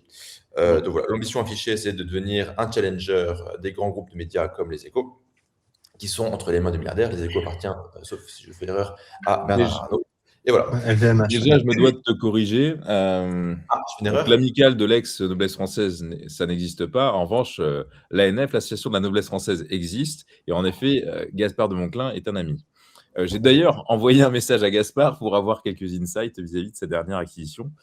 Et il m'a souligné que c'était un projet, enfin, dans ce que je peux dire, que c'était un projet, du coup, d'ampleur, en revanche, inférieure au niveau du prix de rachat. Que le revenu, sachant que pour le revenu, c'était un sujet pas des moindres, parce qu'il va faire une levée communautaire. Et on en parlait tout à l'heure, de ces espèces de différentes manières de monétiser finalement une communauté et une personal brand. Et lui, il va vraiment aller sur ce troisième levier qui est l'alignement économique, et il va faire une émission d'obligations convertibles en actions pour lever 1 million d'euros et racheter le revenu. C'est un profil, Gaspard, déjà, pour parler de l'homme, est un profil étonnant, parce que c'est un avocat d'affaires au barreau de Paris, de Londres et de New York, qui est brillant, qui va créer un groupe qui s'appelle Overlord, dont le principal business n'est absolument pas le sujet du média, mais son business, et je connais certains de ses clients, c'est de structurer des fonds d'investissement. Et en structurant des fonds d'investissement, ils se retrouvent à avoir des clients qui, dans leur customer journey, se disent maintenant que je suis passé à la caisse et que j'ai mon fonds d'investissement, je fais comment pour communiquer? Et Gaspard va entrevoir la pertinence d'avoir un média dans cette synergie avec son activité principale au sein d'Overlord. Et donc, il va surtout percevoir la pertinence d'avoir un média, sachant qu'il avait déjà sa personal brand principalement sur LinkedIn, qui lui a permis, entre autres, de faire sa levée. Et il va, du coup, à ce moment-là, opérer un rachat à la barre sur une société qui est Le Revenu, qui était en redressement judiciaire, en faisant une belle proposition de rachat et en étant accompagné par sa communauté pour ça. Et là, il multiplie les acquisitions. Et c'est un profil... selon moi, déjà, ça nous enseigne deux choses. C'est que la personal brand devient finalement une extension directe de l'entreprise, dans le cas de Gaspard, et que le monde de la personal brand aussi se professionnalise avec des nouveaux entrants beaucoup plus sérieux que ce qu'il pouvait y avoir il y a 10 ans, et avec aussi des nouveaux leviers, et qui, avec leur sérieux, arrivent avec un nouveau bagage de levier, notamment le levier juridique, qui risque d'amener un gros écrémage, parce que ce genre d'acteurs peuvent utiliser aussi le levier juridique pour se constituer de l'avantage concurrentiel en écartant ceux qui ne répondent pas aux règles, ce qui était un des gros risques dans le secteur, en tout cas, de de la création de contenu que l'on connaît, parce que beaucoup sont sur des lignes grises. Et l'autre sujet, et le dernier vrai shift, c'est finalement le fait de ne plus uniquement vendre des choses à sa communauté, mais finalement d'orchestrer du capital autour d'une audience via des opérations de plus en plus créatives de M&A et demain, je pense aussi d'IPO. Super intéressant. C'est quoi déjà l'association des nobles de France, là? L'ANF, L'ANF. l'Association de la noblesse française. T'as le PDG de quartier dedans, t'as du beau monde. Hein. Moi, j'imagine. T'as l'AFM qui est l'association de la famille Mullier et l'ANF. Alors, on s'est pas fait chier à faire la révolution pour rien, c'est bien. Est-ce que vous pensez que ce système finalement de pouvoir accéder à de la liquidité vient du fait que on a des personnes avec des personnes brain qui sont beaucoup plus sophistiquées avec un digit de plus dans leur IQ, ou parce que the old way of extracting from the audience est plus compliqué, et donc du coup tu es obligé d'être beaucoup plus vif et beaucoup plus sharp et perspicace sur comment est-ce que tu alignes tes astres pour aller extract. Plus un marché gagne en sophistication, plus un marché se contracte, plus il gagne en sophistication, de toute façon. Donc je suis complètement aligné sur le fait que c'est parce que le marché se complexifie que globalement, tu as plus de darwinisme. Hein, et que tu as des leviers toujours plus complexes d'extraction de valeur. Si on revient sur cette transaction quand même, 2 minutes, moi je trouve que c'est hyper... faut être sacrément accroché à son slibard, parce que ce qu'il fait, c'est pas évident. Moi, franchement, je suis très curieux de voir comment ça va marcher, parce que il attaque 2 trucs compliqués. Le restructuring. Il rachète une boîte à la barre. Le restructuring, c'est un métier. Hein. Moi, j'ai un peu commencé dans des fonds de restructuring. C'est des gens particuliers qui font du restructuring. C'est incroyablement intéressant, mais c'est un vrai métier. Et au passage, c'est un métier de chiffres. Donc, un avocat qui, j'espère, aime les chiffres. J'en suis sûr. Et les médias, c'est un autre métier un autre truc qui est quand même particulièrement compliqué. Pour la petite histoire, moi, j'ai conseillé la vente d'un média il y a quelques temps, en 2019. C'était une société qui s'appelait l'AGFI, qui est un média financier très connu, qui était détenu par la famille Pinault et sa holding Artemis, qu'on a vendu à un journaliste très connu, entrepreneur, qui s'appelle Nicolas Bétou, qui était le fondateur d'une boîte qui s'appelle L'Opinion, qui est un autre média politico-économique très connu. Et donc lui, il avait une approche assez innovante à l'époque. Innovante. Ouais, une approche sur le papier qui était hyper smart, qui était... il avait une boîte qui faisait une dizaine de millions, la GFI, ça en faisait 14, et il voulait construire un groupe pareil, un peu le même sujet. Alors, il voulait pas forcément concurrencer les Échos, mais pour y arriver, il avait la conscience que dans le média, il faut une taille critique, parce que le média, c'est un métier...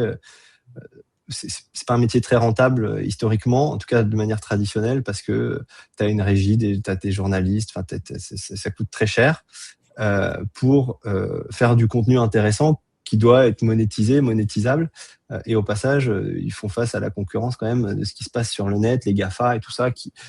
Aujourd'hui, l'information est quand même accessible un peu différemment d'avant, quoi. Où t'achetais ton journal, où t'achetais ton truc hebdomadaire, quotidien, ce que tu veux. Et en fait, il a construit ce groupe de 25 millions et en 2019. Et la réalité, ce qui s'est passé après, c'est qu'il n'a jamais réussi à atteindre ce qu'il voulait. Et il a adossé au groupe LVMH et donc en fait aux Échos, Le Parisien, qui aujourd'hui en France est quand même un des principaux acteurs. Et d'ailleurs, pour la petite histoire, son groupe L'Opinion était backé depuis le début par Bernard Arnault, qui en fait, on ne connaît pas les dessous du truc, mais à mon sens, a juste sauvé le truc qui faisait 25-30 millions et qui ne voulait pas le laisser mourir. Et donc moi, mon sujet, c'est plutôt... quand tu fais du restructuring sur un métier difficile comme ça, il faut être ce que j'appelle deep pocket, quoi. Il faut avoir les poches sacrément profondes, parce que le restructuring, ça se passe jamais comme tu veux.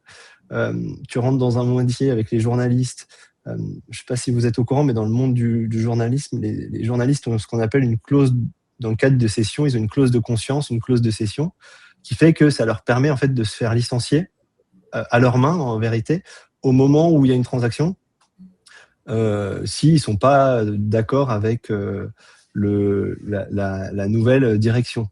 Ok. Et donc, ça peut coûter très cher parce que quand tu as un journaliste qui est là depuis 15, 20, 30 ans, qui te dit, bah, moi, tu me licencies parce que je suis pas d'accord avec la nouvelle direction, ça coûte un paquet. Alors, dans le cadre d'une liquidation, je sais pas jusqu'où ils sont allés, donc j'imagine que ça a été peut-être traité en partie avant, mais ça montre en tout cas que le monde des journalistes est quand même un monde encore très à l'ancienne, parce que quand tu as des clauses comme ça dans ton contrat de travail, tu n'as que les avocats, les journalistes et je crois les médecins, enfin, aux professions médicales qui ont ce type de clause en France. Donc, quand tu vas faire un pivot comme il veut faire, restructurer une boîte et digitaliser avec une culture d'entreprise qui, à mon sens, est encore... Il parle pas d'agent IA là-bas, à mon avis, pas encore tout à fait. Tu vois, le pivot et le move culturel qu'il doit amorcer en interne, à mon avis, il va être sacrément compliqué, peut-être très long, et d'où l'enjeu d'être deep pocket, d'avoir de quoi remettre au pot. Alors, cette levée communautaire, elle doit être super intéressante, j'imagine, mais à un moment donné, il faut être paré à toute éventualité dans des cas comme ça, quoi. Et donc, il est, à mon sens, sacrément bold. Alors, ce que tu expliques avec la structuration des fonds, c'est hyper smart. Il a quelque chose dans sa manche, un atout dans sa manche, forcément, parce que il s'attaque à quelque chose de pas simple. Et franchement, chapeau à lui. Avec la synergie avec sa boîte. Parce que du coup, en fait, il achète une boîte qui a de base... je ne sais pas si je peux communiquer sur les chiffres en question, mais il a de base une grosse masse de gens qui sont abonnés historiquement et qui sont des investisseurs particuliers de droite, abonnés aux revenus depuis longtemps, qui est une cible assez intéressante à toucher pour ses clients sur Overlord, et il y a une très belle synergie qui s'opère. Et c'est selon moi la définition d'un achat stratégique opéré, même pas sur une valo financière, mais opéré avec de l'ingénierie juridique à la barre. Qui plus est boosté avec du capital communautaire. Donc c'est vraiment je trouve que son opération, c'est de l'orfèvrerie. Alors, vu d'ici, je suis d'accord avec toi. Il faut quand même bien voir que, tu vois, quand je reprends la GFI, ça faisait 15 millions de chiffres. Ils vendaient des abonnements à tous les fonds d'investissement, les banques, les asset managers parisiens. Donc, globalement, les gens qui ont du fric, quoi. Et ils vendaient des abonnements, et la GFI, ça faisait partie des 2-3 journaux vraiment très lus. Donc, tu vois, ils étaient dans une niche qui était très valuable, quoi. Ils pouvaient extraire de l'argent. Et pourtant, 15 millions de chiffres, ça gagnait quand même très très peu d'argent, voire quasiment pas, quoi. Donc oui, des gens de droite qui ont un peu d'argent, mais des B2C quand même pas loin, ou B2B2C, tu vois. Je pense il en faut quand même un paquet pour gagner du fric, quoi. Surtout la base de coût que tu as derrière. Ouais, et je pense que l'enjeu, encore une fois, c'est le même qu'on avait vu avec OF, et c'est le même avec WAP, et c'est le même qu'on voit avec les peptides, etc. C'est son habilité à enable deal flow. Donc, c'est juste comment est-ce qu'il peut extract, encore une fois. Donc, après, là, c'est juste, tu prends un whiteboard et tu cook, et tu fais ça 15 fois pendant 10 mois, et tu fais des micro-itérations. Si tu peux faire des AB tests, j'en sais rien. Et en fait, si tu peux transformer ça en labo pour apprendre et comment, du coup, trouver tu sais, tu as toujours ton golden path, tu sais, en SaaS. Tu connais le golden path pour quel est le chemin pour ton prospect ou pour ton trial pour activer le plus facilement possible pour augmenter ta LTV au maximum. Et du coup, pour lui, c'est la même chose en fait. Il a juste à trouver son golden path d'un côté pour son B2B offer, mais aussi sur son B2C offer sur le journal. Et une fois qu'il a craqué ça, c'est juste que, encore une fois, Deep Pocket essaie de le trouver avant de go broke. C'est juste ça. Ouais, en parlant de mass extract, c'est une bonne transition vers notre dernier sujet. Mass, là. Mass extract. Trump, délit d'initié. Pour l'interrogation, juste chercher un verre d'eau. J'utilise ce moment pour chercher un verre d'eau. Je reviens, ok? Ah, ok. 2 secondes, j'arrive. Du coup, on continue ou pas? Je peux faire l'intro sur le sujet du délit d'initié de Trump rapidement. Hein. Globalement, le contexte est assez simple. On observe des trades extrêmement bien timés que je peux vous montrer avec un petit graphique. Hop. Alors, c'est pas celui-là. Vous voyez mon écran? Hop. Pas encore. Donc, on observe. Avant ça, il y a un antécédent avec le coin, hein, à la con. Le coin, il peut. Ouais. Il y a beaucoup. Attends. Du coup, oui, il y a un antécédent. Mais globalement, là, déjà, on observe des trades extrêmement bien timés. C'est-à-dire que l'annonce de Trump, elle se fait à 7h05. On voit un volume d'échange qui explose à 6h49. Wow. Magnifique. Donc ça, c'est premier point qui est quand même assez clair. Deuxième point, on a aussi des comportements publics plus que troublants, avec un Trump qui dit great time to buy, bro. Et quelques heures après, il y a un pivot qui s'opère et le marché explose. Bien évidemment. Ça, il l'a dit à ce moment-là, Rémi, parce qu'il l'avait dit pour les. Il l'avait dit pour les. Non, c'était pas là-dessus, c'était sur une autre fois. Mais il dit, j'ai plus la date exacte, mais il avait dit un great time to buy. Il fait un pivot politique, le marché explose, avec bien évidemment des accusations de manipulation de marché et d'initiés. Mais factuellement, ce n'est pas juridiquement du délit d'initié dans le sens où il n'y a pas d'utilisation avérée d'informations privilégiées. Et donc, Trump fait finalement du Trump. Et le dernier point, c'est vraiment, en tout cas, ce pattern structurel de Trump fait une annonce agressive, il fait bouger les marchés, puis recule. Et ce pattern, il donne même lieu aujourd'hui à un Trump Pain Point Index, donc, que vous avez ici, qui est globalement qui s'appelle aussi le Taco Index, qui est un mix enfin, ça mixe pas mal de données. Donc, vous avez la baisse des stocks, la hausse des taux, l'inflation, l'énergie et la popularité politique. Et vous voyez qu'à chaque fois que, globalement, on passe à un écart type au-dessus de la moyenne, il y a un revirement politique. Et là, on est d'ailleurs, historiquement, on est à 2 écarts types au-dessus de la moyenne, donc le revirement politique est très, très, très probable. Ce qui est le contexte, en tout cas, de cette dernière partie. Quand même, on parle toujours, tu vois, de la France, etc. Mais heureusement que ça n'arrivera jamais en France. Tu vois. C'est pas des délires. Enfin, je veux dire, avoir un président qui tweet, d'initier left and right, c'est Attends, d'initier, on n'en sait rien. C'est la spéculation. Ouais, en fait, il n'y a pas de. Il y a de la manipulation. Mais le Trump coin, mais en même temps, n'importe quel président qui prend la parole sur un sujet qui fait crée des mouvements de marché. Mais il n'y a pas de délit d'initié qualifié aujourd'hui. Il y a une enquête là-dessus, parce qu'il y a quand même un mouvement très suspect. Il y a une enquête. Okay. Il y a beaucoup de demandes de la part notamment on s'attend, mais des démocrates, d'avoir des vraies enquêtes, une vraie commission parlementaire pour demander qu'est-ce qui se passe. C'est-à-dire entre ce qui se passe sur les mouvements crypto justement, qui précèdent des annonces sur Hyperliquid, sur Polymarket ou le marché boursier, les marchés boursiers traditionnels, c'est vrai que ça soulève quand même un certain nombre d'interrogations. Et autant sur le marché traditionnel, c'est moins lisible, parce que c'est plus opaque, autant sur les cryptos, tout est lisible. Donc tu peux voir un wallet nouvellement créé qui va se pouvoir créditer de 100 millions et qui va mettre un short énorme, je dirais, 1 heure avant une annonce de Trump.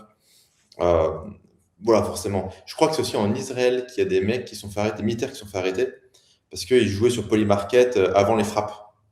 Ouais, et du coup, en fait, ça crée un des risque. Militaires. Ouais, ça crée un risque. En fait, quand tu veux qu'un même wallet arrive à prédire des frappes, tu peux probabiliser le fait que c'est un insider, finalement, à minima de l'appareil militaire ou politique.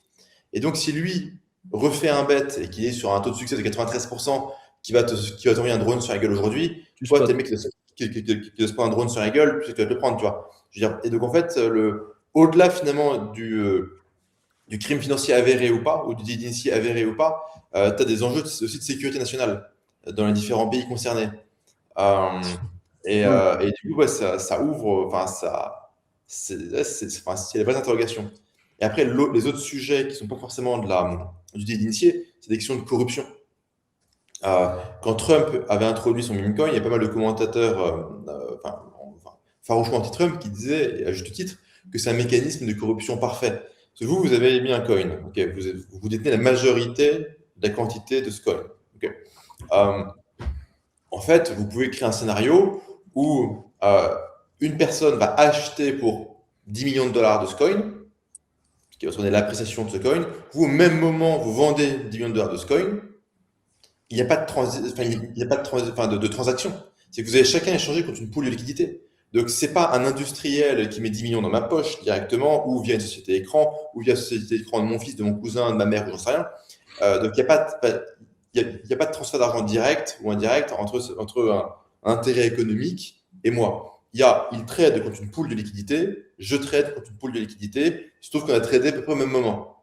Ouais, mais si tu détiens la majorité de ce pool de liquidité, c'est pas plus éloigné qu'une société écran. Non, toi, tu détiens pas la pool. En fait, ce qu'il faut comprendre, c'est que c'est pas toi qui détiens la pool. Toi, tu détiens une partie de la supply, mais quand un token est tradé, il y a une pool de liquidité où il y a la moitié de la pool, c'est ton token, l'autre moitié, c'est la contrepartie. En général, ça va être de l'Ethereum ou du Solana ou du stablecoin. Mais ça, en fait, n'importe qui peut mettre de la liquidité dans cette pool pour prendre des frais de trading. Parce que c'est complètement décentralisé. Donc, en fait, ce n'est pas Trump, c'est pas les émetteurs du Trump Coin qui contrôlent nécessairement cette pool, parce que n'importe qui peut mettre des fonds dans cette pool. Tu vois. En revanche, ils détiennent le gros de la quantité de tokens en circulation. Donc, en fait, eux ont une capacité vendeuse illimitée. En fait, si eux avaient aucune capacité vendeuse et qu'un mec achète en face, ils ne peuvent pas vendre. Tu vois. Ils n'ont pas de quoi vendre. Donc là, en fait, tu aurais un mécanisme théorique très astucieux de corruption. Il y a eu les mêmes interrogations sur le projet de la famille Trump qui était le World Liberty Finance, un truc comme ça, qui était un projet de stablecoin qui a émis son token. Et là, du coup, il y a eu deux cas, on va dire, assez intéressants. Il y a Justin Sun, qui est le fondateur de Tron. Justin Sun, il y a un très très bon article sur lui, qui s'appelle The Money Escapes of Justin Sun. C'est un type qui a été un temps recherché par tout ce qui peut exister, IRS, FBI, SEC, machin, jusqu'au moment où il a trouvé le joker ultime, qui est un passeport diplomatique des îles Grenades, pour être l'ambassadeur, je crois, à l'ONU des îles Grenades. Et du coup, il est tranquille, quoi. Et donc, c'est un personnage vraiment... Honnêtement, c'est un personnage passionnant. En termes de tolérance au risque, alors là, c'est... Il s'est pas fait arrêter, lui. Il s'est pas fait arrêter. Bah non, il a un passeport diplôme. Mais donc, en fait, les mecs sont arrivés pour l'arrêter. Ouais. Et lui, il leur a dit, déjà, tu parles meilleur. Et maintenant, ça s'appelle Son Excellence. Et sur son Twitter, il y a marqué HE Justin Sun. À l'époque, il y a marqué ça. Donc, His Excellency Justin Sun. Ça coûte donc, combien? Tu parles meilleur. Donc, toi, tu arrives genre avec ton kawaii bleu avec marqué FBI derrière. Il fait non, toi, parlez meilleur à moi parce que tu vois. Ok. Mais bon. Donc, Justin Sun a mis 75 millions de dollars dans le WLFI, donc le token de World Liberty Financial. Il a aussi injecté des dizaines de millions dans le Trump Coin.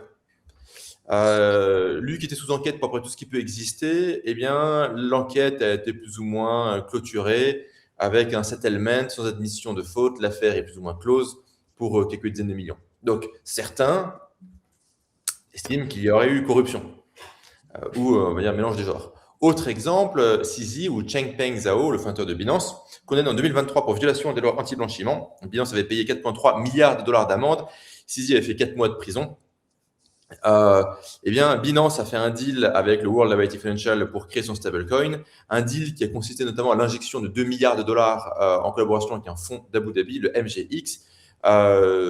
Ces 2 milliards de dollars rapporteraient plusieurs dizaines de millions par an en frais à la famille Trump. Eh bien, en octobre 2025, Trump lui accorde une grâce présidentielle complète. Et depuis, CZ participe régulièrement à des événements crypto à Mar-a-Lago, sans aucun obstacle ou friction judiciaire. C'est à gerber, mec. Allegedly. Oh là là. Allegedly. Il n'y a rien qui est... Voilà. Mais c'est vrai qu'en fait, voilà, c'est vrai que ça soulève des interrogations. Tu penseras à pas oublier de prendre le ticket de caisse pour les frais resto quand tu vas. De côté, tu as l'entrepreneur français qui va récupérer Twitch. Et de l'autre côté, tu as l'autre. milite des 100M left and right. Sachant que le Trump Coin a rapporté environ 900 millions aux insiders qui ont acheté quelques secondes avant l'annonce. Donc c'est à peu près 900 millions le Trump Coin, ce que ça a sorti. Donc en fait, Trump, si on estime que le Trump Coin, c'est 100% Trump, Il y a Milena après, il y a sa femme après. Il y a sa il a femme. promu. Ouais. Si on estime qu'en fait, il a été autre chose qu'un promoteur, mais qu'il a aussi été finalement, lui et sa famille, les émetteurs, je pense que c'est probablement l'événement de liquidité réel le plus significatif en fait, de la carrière de Trump en tant qu'homme d'affaires, parce que il a une net worth haute, mais ses liquidités ont toujours été très, très, très modestes. C'est quand même de l'immobilier, de la construction, énormément de dettes. Donc, je pense pas que Trump a jamais eu 900 M liquides à sa disposition. Si tant est que c'est vraiment lui et sa famille qui ont accès à ces 900 M liquides. Pour revenir à ce que tu disais en rigolant, ça me fait penser à un truc. Tu vois, quand tu travailles, quand tu travailles dans des banques, moi j'ai travaillé sur des business cotés. En fait, dès que tu touches à quelque chose de côté, en vérité, tu dois montrer patte blanche, tu n'as pas le droit d'avoir des actions, tu rentres sur des restricted lists, tu fais des Chinese walls, tu n'as pas le droit d'en parler à ta femme, machin. Quand tu es personne, en fait, dans cet écosystème, sur des trucs, des opérations, avec, il y a des mouvements de capitaux de quelques millions, dizaines de millions, allez, centaines de millions. Mais tu dois montrer patte blanche, tu peux rien faire. Et si ta femme, elle achète des actions en bourse, tu dois déclarer à tout le monde. Moi, je me souviens à l'époque, ma femme, c'était pas encore ma femme, on était juste en couple, tu vois. Et on devait vérifier qu'elle n'achetait pas des actions et je devais déclarer son portefeuille, machin. Et tu te dis, putain, toi, t'es comme ça, t'es surveillé, tu peux pas bouger un doigt, une oreille, et en fait, au niveau très très haut politique, est-ce qu'il y a ce niveau de surveillance ?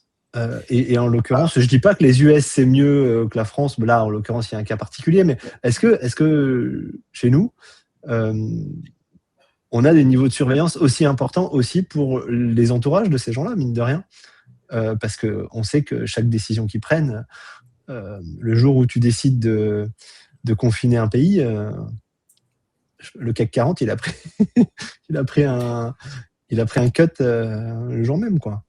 Je reprendrai. Je sais pas. C'est une question que je te pose. Tiens, d'ailleurs, Rémi, toi, tu dois savoir peut-être un peu plus. Là, pour le coup, pour être déjà rentré dans celle des marchés d'Euronext, quand même, tu as toutes les transactions qui sont quand même regardées une à une. Enfin, il y a quand même une vraie. Sur les marchés cotés, il y a une vraie proactivité à la recherche de délits d'initiés, en tout cas en France. Ouais, c'est sûr. Heureusement ou malheureusement, je ne sais pas. Après, vis-à-vis de nos politiques, moi, je reprendrai la phrase de Nicolas Sarkozy lorsqu'il est intervenu d'une manière, lorsque la France est intervenue d'une manière plus proactive que d'habitude sur le cambriolage de Christian Clavier en Corse, de la villette Christian Clavier en Corse. Moi aussi, j'ai le droit d'avoir des amis. Quelle indignité. Sur le plateau. Et moi, je ne reproche pas à Trump d'avoir des amis. J'aimerais être son ami. C'est surtout ça. Mais en fait, tu te dis, c'est-à-dire que moi, j'ai des potes russes qui se sont fait tout prendre, quoi. Mon meilleur pote, il a son meilleur pote qui avait la banque russe. On parle d'un truc, 7 ou 8 milliards, genre overnight pris, juste parce que c'est quoi la limite, en fait? Si tu peux faire ça, tu peux. Et donc, en fait, tu finis dans un pays soit corrompu, donc tu finis comme un pays africain, tu vois, ou russe, ou Amérique du Sud. Et quand même, l'idée, c'est la même chose que pour racheter un SAS, tu vois, c'est la confiance. Et donc, quand tu commences à casser ça, quand tu commences à pouvoir faire un petit peu ce que tu veux, et quand tu commences à pouvoir bully whoever the fuck you want, ben, ok, tu peux juste venir, ok, je prends ce qu'il y a à moi. Et je trouve ça dangereux un peu. Je pense qu'on est en fin de civilisation. Et là, c'est sauf qui peut. Il y a tout le monde qui pille de l'argenterie, et machin. Il y a tout le monde. Mais là, c'est l'orgie, quoi. Là, c'est vraiment ça. J'ai vraiment l'impression. C'est tout qui est volé. Tu prends tout. Ouais. Et c'est genre crime season, quoi. C'est juste, c'est le pillage et l'orgie. Ouais. Tu sais, il y a un bon film là, sur la fin du Troisième Reich qui s'appelle La Chute, Untergang dans la version allemande, où en fait les mecs ils sont entourés et encerclés par les Russes et tout ce qui reste à faire c'est faire la teuf, se mettre des mines, danser à moitié à poil et de toute manière ils sont tous fusillés demain ou ils arrivent à se barrer ou en fait ils ne savent rien. Il y a cette scène assez marquante où ils sont à la chancellerie, il y a des bruits des bombardements derrière et puis ils sont là en fait, à faire la teuf, à se bourrer, à être complètement débraillés parce que ouais, voilà, c'est la fin, quoi. Donc, tu fais n'importe quoi et le dollar, de toute manière, il vaudra peut-être plus rien dans pas longtemps. Mm. Le complexe militaro-industriel américain, il présente quand même certaines limites notoires sur le théâtre, enfin sur tout le théâtre d'ailleurs, quoi. Euh, Mais t'as ça, tu vois, et en même temps, tu vois, t'as la même chose sur Dubaï et sur je suis protégé des Américains, etc. Et puis en fait, il n'y a rien. Donc en fait, il y a ce qu'on vient de dire, en fait, où le bully, en fait, il double-clique sur tout ce qu'il peut. Mais en fait, du coup, et on se rend compte que, en fait, les collatéraux n'existaient pas. Les collatéraux qu'on pensait avoir, la sécurité, toi, tout le truc, en fait, c'est du fugazi. Et donc, en même temps, du coup, tu as un bully qui est beaucoup plus violent et qui va être beaucoup plus agressif. Et en fait, quand tu regardes, mais en fait, tu mets quoi sur la table? Et donc, ça, je pense que. Ouais. non, mais c'est l'éruption du réel. Ouais. Le réel est complexe. C'est juste, en fait, c'est l'irruption du réel chez les Baptous. C'est que les Baptous ont vécu dans une espèce de mythe en mode il y a des règles, les gens suivent les règles, les policiers sont gentils et pas corrompus, la justice existe, et n'est autre chose qu'une farce. Les hommes politiques sont sélectionnés sur un mélange de légitimité démocratique et de capital humain. Notre armée vaut quelque chose, notre monnaie vaut quelque chose. Et quand tu es un entrepreneur dans un shithole country, si t'as pas un pote qui est juge, que t'as pas filé des bacs à des flics, que t'as pas des mecs avec des flingues pour te protéger, et que t'as pas des relais pour faire circuler de l'argent internationalement, tu peux pas fonctionner. En fait, dans le monde entier, faire du pognon, c'est C'est une être guerre. un, C'est une guerre. c'est être un mec qui est complet. Tu vois, quand il y a eu les sanctions en Russie, enfin, contre la Russie, on a dit, putain, c'est quand même dingue, la moitié des oligarques, ils sont membres du Parlement. Et parce qu'en fait, tu es obligé. Parce qu'il faut avoir une immunité parlementaire pour pouvoir faire du business, tu vois. Ouais. Et si t'as pas une immunité parlementaire, que t'es pas président d'une région, si t'es pas président d'un oblast, ou président ou gestionnaire, ou je sais pas comment ça fonctionne, en fait, tu peux pas fonctionner. Donc, il faut être président d'un oblast, il faut être député, il faut avoir des potes juges, il faut avoir recruté 200 mecs ex-FSB, KGB, surentraînés. Parce qu'en fait, ça s'appelle la complexité du monde, en fait. Et ce que nous montrent les oligarques russes, qu'on n'arrive pas à comprendre et qu'on n'arrive pas à lire, c'est que c'est des mecs qui épousent la complexité du monde. Et leur pays est un shit show sans nom, enfin, a été un shit show sans nom pendant longtemps. Là, il y a quand même un semblant, enfin, il y a quand même des structures qui se mettent en place progressivement, enfin, sur les 20 dernières années. Mais grosso, pour évoluer là-dedans, tu dois comprendre la complexité du monde. Et je pense que le grand shift qui va être vachement intéressant, ça va être dans quelle mesure les entrepreneurs Baptou, avec leur SaaS ou pas leur SaaS, et leur newsletter et leurs conneries, vont gérer la complexité du monde. Euh, et, euh, Tu vois, et quelque part, le Covid, c'était déjà un peu ça. Le Covid, tu avais les bons passe-droits, le Ouais. vaccin, ça n'existe pas, le QR code, ça n'existe pas, le masque, c'est pour les autres. Donc en fait, avec un mélange de pognon et de réseau, la période Covid, en plus, tu peux faire plein d'affaires, faire plein de pognon. En plus, tu avais aussi accès à tous les prêts à la con des États qui prêtaient de l'argent à toutes les boîtes de la Terre. Donc je dis, en fait, tu avais du relais politique, du relais financier, tu étais un peu street smart, tu faisais un peu des gens en bas et des gens un peu en haut. En fait, c'était la fiesta complète, le Covid. Tu as acheté des masques, tu les revendais. Enfin, tu vois, Ouais. c'était la fiesta. Et c'était le début de la complexité du monde. Et vraiment, quand je dis que le Covid a vraiment marqué un tournant et pas une parenthèse, c'est ça. C'est l'éruption de la complexité du monde et du grand n'importe quoi. Et on ne l'a pas pricé. Enfin, moi, en tant qu'investisseur, ce que j'aime bien, c'est chercher des vérités, enfin, des vérités qui n'ont pas été pricées. Et on n'a pas pricé qu'en fait, si tu n'es pas un mec complexe, qui peut gérer la complexité du monde, euh, c'est pas T'es bien. foutu, t'es foutu parce qu'il y a quelqu'un qui va le faire. Et donc, du coup, Pourquoi un Bernard Arnault a un Squarcini dans son staff? Parce que la complexité du monde, quoi. Tu ne peux pas fonctionner sans ça. Donc tu prends l'ancien boss des RG ou de la DGSI et c'est le mec qui est là et tu fais ouais lui m'a mal parlé, vas-y règle le problème quoi. Il y a un mec qui m'a mal parlé sur internet, mais la complexité du monde les gars. ouais. Et t'as vu la nouvelle update de Claude? Non? La Il vient prochaine, avec un flingue, il fait quoi? la prochaine, Word Complexity. la prochaine Claude Flingue. version, la Il y a un mec qui prochaine m'a version, parlé sur Internet? non, la prochaine version va niquer ta femme. C'est la... C'est peut-être Bon. c'est peut-être le bon titre pour le podcast. Hein. C'est peut-être la bonne conclusion aussi. Ouais. Ouais, déjà, les enfants, il faut trouver un nom pour ce podcast, puisqu'ils arrivent et trop anxiogènes. Ouais. Isma se proposait très généreusement de donner 1 heure de son temps, 1h30 de son temps, 2 heures de son temps, à quiconque trouve un super nom pour le podcast, même si cette personne se trouve être chômeur et n'a pas de ticket à vendre. C'est bien ça, Isma? C'est ça. C'est ça.